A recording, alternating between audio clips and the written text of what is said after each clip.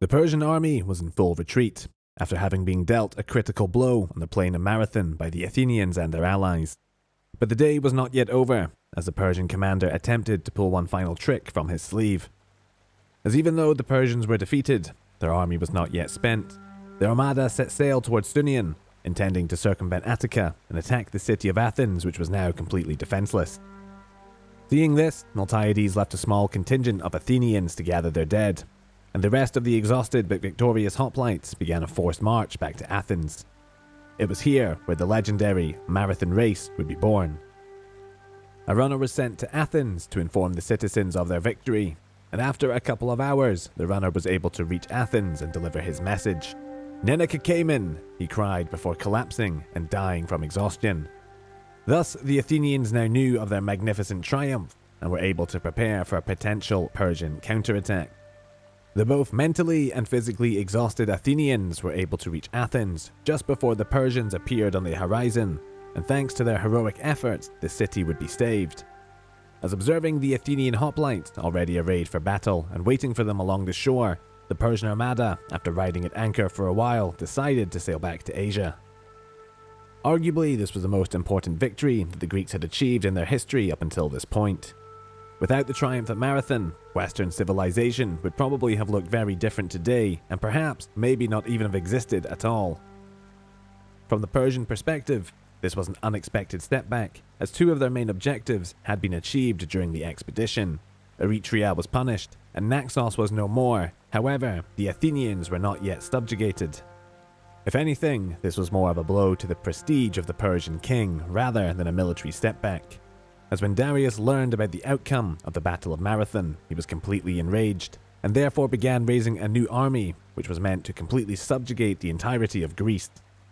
Since this was to be a full-scale invasion and occupation, the entire resources of the greatest empire of the ancient world were to be mobilized. Preparations began in earnest as early as 490 BCE, and for 3 whole years, Asia was shaken by Darius's messages. Commanding the equipment of armies and provisions, the unprecedented scale of the invasion required long-term planning, stockpiling, and conscription. Then at around 486 BCE, the Egyptians revolted against Persian rule, postponing any expedition into Greece. The great king Darius also died in 486 whilst preparing to march on Egypt. Thus, the fateful task of invading Greece, along with avenging the burning of Sardis and the defeat of Marathon, fell upon the shoulders of his son and successor, Xerxes I. Xerxes acted decisively and crushed the Egyptian revolt during the same year, before entirely devoting himself to the task of building up his Greek invasion force. For 5 years, the Persian invasion was in preparation. A huge army from all corners of the empire was gathered at Sardis. Supply depots were built along the planned route of the Persian army, and even a canal was dug across the isthmus of Mount Athos, near which a Persian fleet was destroyed in 492 BCE. In 481, Xerxes sent ambassadors around Greece requesting earth and water, which was probably a ceremonial way of demanding submission. However, he had deliberately omitted Athens and Sparta, since his intention was to destroy both cities, and as such, it would be a life or death struggle from the onset. Naturally, the Greeks that endeavored to resist the Persians blocked around these two leading states. Thus, for the first time in their history, the Greeks formed an unofficial confederation of city-states with one common cause: the salvation of Hellas. The Athenians had been preparing for war with the Persians, and around 482 BCE, under the guidance of the Athenian politician Thermopylae, they decided to build a massive fleet of triremes. Themistocles persuaded the Athenian assembly to build the fleet after interpreting a Delphic prophecy in such a way that would favor this course of action, whilst at the same time the Spartans would attain the de facto military leadership of this pan-Hellenic coalition. In the spring of 480 BCE, the Persian army was finally ready. Estimations and speculations about the size of the Persian army that marched against Greece are still debated to this day. However, the army is often cited as the largest invasion force in all of ancient history. Suffice to say that according to the more modest modern estimates, the invasion force was around 100,000 men and accompanied by approximately 1,200 triremes. But we should not forget that preparations for this expedition were undergoing for almost a decade beforehand. so it is entirely possible that this force may have been even larger. This enormous force then marched on Abydos, and from there the whole army crossed the Hellespont. 2 pontoon bridges, a masterpiece of engineering for their time, were made specifically for this reason. Time was running out for the Greek coalition. The allies met at Corinth in the spring of 480, where a Thessalian delegation beseeched the coalition to send an advancing force to stop the Persian onslaught.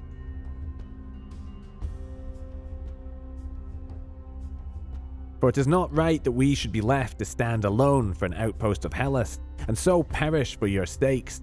If you will not send it, be assured that we shall make terms with the Persians, they exclaimed. Thereupon the Greeks decided to send an army by sea to Thessaly to guard the pass. Around 10,000 hoplites, under the leadership of a Spartan general and the Athenian leader Themistocles, were dispatched and soon reached Tempe. However, once there, the generals were soon approached by King Alexander I of Macedonia, who warned them that the veil could be bypassed and that the army of Xerxes was enormous. With this new information at hand, the Greek force retreated, abandoning Thessaly to its fate. Meanwhile, King Xerxes and his gigantic force were marching through Thrace. According to Herodotus, the army was so huge that even the rivers were drunk dry by the sheer number of beasts that were consuming from it. By late July, the Persian army and fleet reunited at the city of Therma. The Greek coalition, however, was now facing another crisis, as the Thessalians had now turned over to the Persians, and as a result, the strategic situation was getting worse by the minute. They consulted together on how and where they should make their stand, and after considering all the topographic and tactical advantages of each position, the opinion that prevailed most was that of the Athenian Themistocles. His political and tactical genius seemingly shone brighter during times of adversity, as not only did Themistocles have to consider the military aspects of dealing with a seemingly unstoppable force, but he also had to balance the delicate and complicated political relations between the members of this Greek coalition. Fearing that the Spartans would be reluctant to march out of the Peloponnese after the debacle at Tempe, he reassured them that the Athenians were willing to do everything necessary for victory. With that, the Athenian and allied navies would block the straits at Artemisium, whilst the land route to southern Greece would require Xerxes to march through a narrow pass that could be easily blocked by a much smaller force of hoplites. This confined piece of land that the Greeks decided to make their stand was named Thermopylae. The Greek land force sent by the coalition to block the pass at Thermopylae was to be commanded by one of the 2 Spartan kings, a man in his 60s who went by the name of Leonidas. Leonidas became king rather unexpectedly, since he was the 3rd son and subsequently the 3rd in line for succession. His reign was also rather uneventful up until this point, but the Persian invasion set in motion a course of events that would render his name synonymous with heroism. At this time of year, the Spartans were celebrating a religious festival, and as such, military activity was forbidden by Spartan law. Facing the exact same situation as they did during the first Persian invasion of Greece, which only ended after the surprise Athenian victory over the Persians at Marathon. On top of all that, it was also the time of the Olympic Games, and therefore an Olympic truce which forbade hostilities was in place. Despite these religious scruples, the Spartan ephors decided that the threat was sufficient enough to justify an advanced force. In addition to this, there had also been a recent Delphic prophecy, which the Spartans, giving their deep religious sentiment, would not have taken lightly. Earlier in the year, the Delphic oracle prophesied that either Sparta would be laid to waste by a foreigner, or that the Spartan king would be killed. With these considerations in mind, Leonidas decided to choose an elite force of 300 Spartan citizens, all of whom had living sons, so that their deaths would not extinguish any Spartan family lines. Leonidas' decision to make his stand at Thermopylae was not only motivated by religious concerns. As since Sparta was also the military leader of this fragile Greek coalition, if it was to stand any chance of surviving this predicament, it needed to set an example of defiance and heroism. Leonidas and his hoplites intended to provide just that. Around mid-August, 480 BCE, King Leonidas, together with his 300 Spartans and 900 helots, marched out towards Thermopylae. At the same time, the Greek allied fleet sailed towards Artemisium. The king was reinforced en route by contingents of various city-states of the coalition. Soon a force of around 7,000 Greek hoplites, led by King Leonidas, reached the small pass at Thermopylae. There Leonidas found an old wall that was built by local Greeks but in a ruinous condition, so the Greeks immediately set about repairing it. Soon afterwards, the Persian horde headed by the great king Xerxes arrived and encamped just a few miles off the pass at Thermopylae. The legend of 300 Spartans was about to be born. It was late August, 480 BCE. King Leonidas with his 300 Spartans and 7,000 Greek allies were encamped at the pass of Thermopylae. When the king of Sparta stood at the pass, there was only the narrow passage between the mountains on his left and the sea to his right. On top of this, there was also another advantage to be gained by choosing this specific site, as at some point in the past, local Greek Photians had built a defensive wall designed to protect them from the northern enemies. However, the old Phocian wall was in a ruinous condition, so Leonidas ordered his men to repair the wall as fast as possible. And within a few days of the Greek allies encamping at Thermopylae, the Persian army was sighted across the Malian Gulf. With the Persian army in sight and just a few miles off the pass, the Greeks held an emergency war council. Most of the Peloponnesian allies were for returning to the Peloponnese and guarding the isthmus. However, the Phocians and the Locrians were greatly incensed by this council. Leonidas calmed the panic when he stepped into the debate and agreed to defend the pass. And when one soldier complained to the king that, because of the barbarian arrows, it will be impossible to see the sun, Leonidas replied, "Won't it be nice then, if we shall have shade in which to fight them?" Though realizing that his forces were too few to beat back the Persian multitudes, he did vote in favor of sending messages to nearby Greek cities, demanding both aid and reinforcements. While the Greeks debated, Xerxes sent out a scout to evaluate their numbers and their logistical state. As well as the Persians were still in Thessaly, he had heard that a small army of Lacedaemonians had gathered near Thermopylae, and that a Spartan king and a descendant of Heracles, a man named Leonidas, was their leader. The scout rode up to the camp and overlooked it, but was unable to evaluate the exact Greek numbers, as most of the Greeks were now positioned behind the restored Phocian wall. Nonetheless, by sheer chance, the men that happened to be posted in front of the wall during the scouting were the Spartans. There he saw some of them exercise, whilst others were combing their hair. Amazed at the sight, and noting their exact numbers, he rode back to Xerxes and reported the apparent apathy of the Spartan soldiers. Eventually, the Persian king sent an emissary to negotiate with Leonidas. The Greeks were offered their freedom, along with the title Friends of the Persian People, and the chance to resettle on land better than which they currently possessed. However, when Leonidas vehemently refused these terms, the emissary then read a message written by Xerxes which demanded that the Greeks hand over their arms. Leonidas, replying in a laconic fashion, stated, "Come and take them."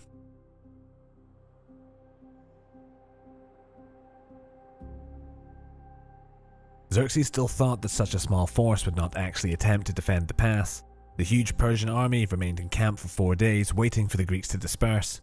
All the while, the Greeks were psyching themselves up and preparing for the inevitable clash. Early in the morning, around the 8th of September, 480 BCE, on the 5th day after the Persian arrival at Thermopylae, King Xerxes decided that he would wait no more. He surely believed that a quick scuffle should see Leonidas' ragtag band disperse, and gave the order to a group of 5,000 archers to unleash a barrage of arrows against the Greek positions. More than 30,000 arrows were unleashed within just a few minutes against the Greek hoplites, but despite the multitude of projectiles, their effect was minuscule, as the heavy hoplite armour and the large Greek shields deflected most of the arrows. Xerxes then gave the order for a frontal assault, and the Greeks stubbornly lodged in the pass. Around 10,000 Medians and Kissians marched forward to carry out the king's wishes. What followed next was close quarters fighting that played into the heavily armoured hoplites' strengths. As lightly armoured and with no room to manoeuvre, the numerical superiority of the Persians was rendered useless. Line after line of Persians were falling in front of the tightly packed Spartans, who were locked in place, fighting shoulder to shoulder and shield to shield. After the initial momentum of the Persian charge was spent, Spartan Phalanx switched tactics and began performing the so-called orthosmoths.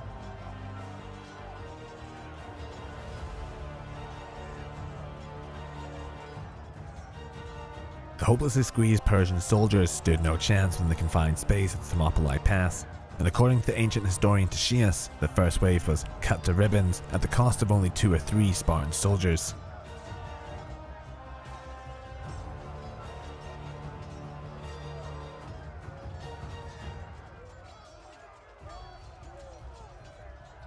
It was late in the afternoon, and by now Xerxes was growing impatient, ultimately deciding to clear the pass before sunset. The elite troops of the Empire, the so-called Immortals, a special unit of 10,000 soldiers whose casualties were constantly replenished to retain their strength and number, were ordered up and began their advance.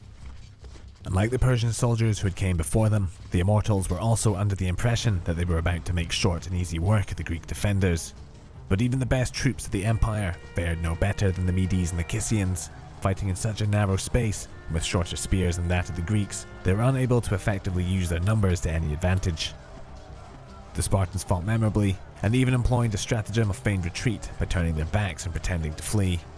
When the Persians pursued them, the Spartans suddenly turned upon them, destroying a great number of their attacking vanguard. And by nightfall, even the crack troops of the Empire were unable to dislodge the Greeks from inside the pass. The Persians would then halt their attack, and with that, the first day at the Battle of Thermopylae would be over. Yet with the first light of dawn, the Persian attacks resumed in pretty much the same way as they did the day before. Xerxes again sent in the infantry to attack the Greeks, supposing that by now, being so few and being disabled by their wounds, they would no longer be able to resist. However, the Greeks now fought in relays, with each contingent taking its turn in the line, with those that were not engaged being able to save their strength and prepare for their turn. The only Greek contingent not to fight that day were the Photians, since they were sent by Leonidas to guard a narrow path that led from the east of the Persian camp. This pass would lead behind the cliffs and flank the pass at Thermopylae, ending directly behind the Greek position. Yet the Persians had no more luck on the second day of fighting than they did on the first, and with their casualties mounting at an alarming rate, the Persian king, totally perplexed by the stubbornness of the Greek defenders, ordered the cessation of hostilities.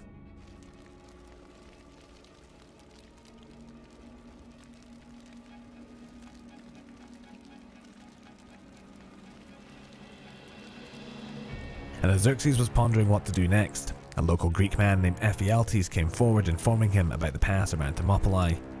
Ephialtes would even offer to guide the Persian army, hoping that by doing so he would receive a worthwhile reward from the Persian king.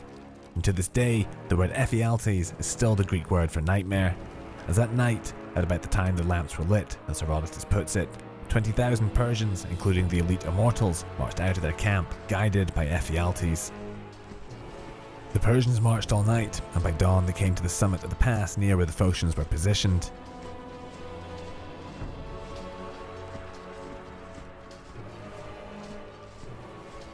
Initially, the Photians were completely unaware of the approaching enemy. However, as the Immortals were marching through a thickly wooded area with a layer of freshly fallen leaves, the marching of so many feet made a loud rustling that alerted the Greek defenders. Assuming that the Persians had come for them, the Photians retreated to the top of a nearby hill to make their stand. The Persian commander was initially alarmed with the unexpected presence of Greek hoplites, assuming they were more Spartans. But after Ephialtes reassured them that they weren't, the Persians, not wishing to be delayed, merely shot a volley of arrows at them before bypassing them to continue with their main objective. And as such, the Persian flanking force was allowed to continue their encirclement unperturbed.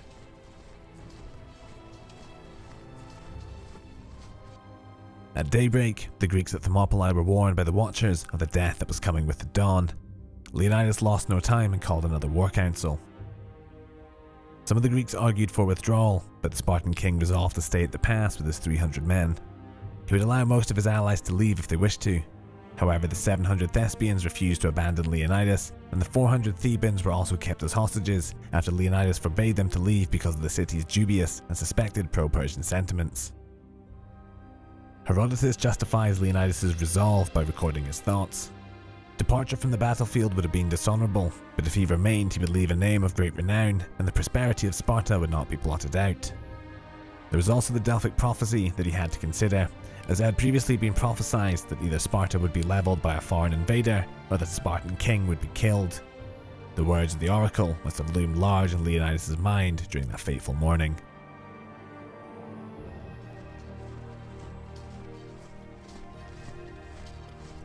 A Persian contingent of 10,000 men, comprising of light infantry and some cavalry, charged at the front of the Greek phalanx.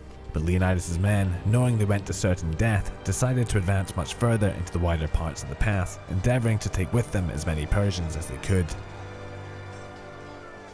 The Spartan king leading from the front of this fierce melee fought valiantly, and with the desperation and zeal of a man who knew there was no way out. Yet through his actions of leading by example, he was able to keep up the morale of his small army, who continued to inflict more damage than they were dealt. Many more thousands of Persians were killed during that day, for their captains came behind the companies with scourges and drove all the men forward with lashes. Many of them were thrown into the sea where they were drowned, whilst others were trampled underfoot by their comrades as their commanders plied their whips indiscriminately. By this time, most of the Greek spears had broken and they had turned to using their swords. And during this fierce struggle, and whilst fighting most valiantly, Leonidas would fall. With him, many more Spartans would also fall, as an even more ferocious melee developed over the king's body. In a scene straight out of Homer's Iliad, the Greeks pushed the Persians back 4 times before managing to drag the king's body behind their own battle-torn ranks. However, the remaining Greeks learned of the approaching Persians from the rear and withdrew back into the narrow part of the pass, taking post upon a hillock in its mouth. Here, the surviving Spartans and Thespians would make their final stand. As the Persian attackers pushed down the Phocian wall and poured through the breach, the Immortals would also arrive to attack from the rear. The final act in this drama was about to be over, as not wanting to suffer any more unnecessary casualties, Xerxes ordered his men to bury the Greeks beneath a hail of arrows. Thus perished the last of the 300 Spartans and their Thespian comrades. The Persian juggernaut might have only been delayed for a few days, yet the Persian army suffered a disproportionate number of casualties during that time. With that said, there was now nothing standing between King Xerxes and Athens. 2,500 years may have passed since the Battle of Thermopylae, enough time to erode even the memory of many civilizations, and even the very topography of the battle site itself. But yet even still, it wasn't enough time to erase the memory of Leonidas and his 300 Spartans. Thank you for watching our video on the Battle of Thermopylae. If you have made it this far, please consider subscribing, sharing, commenting, and all the other good stuff that tricks the YouTube gods into sharing our video with as many people as possible. A big thank you to Ocus Balaam for giving me the opportunity to narrate this presentation. If you would like to hear more of my slightly sinister vocal tones, you can do so by visiting the Faceless Narrator here on YouTube, where we focus on the unusual and often more macabre characters from ancient history. Until next time, Cheery and Isha Hadage.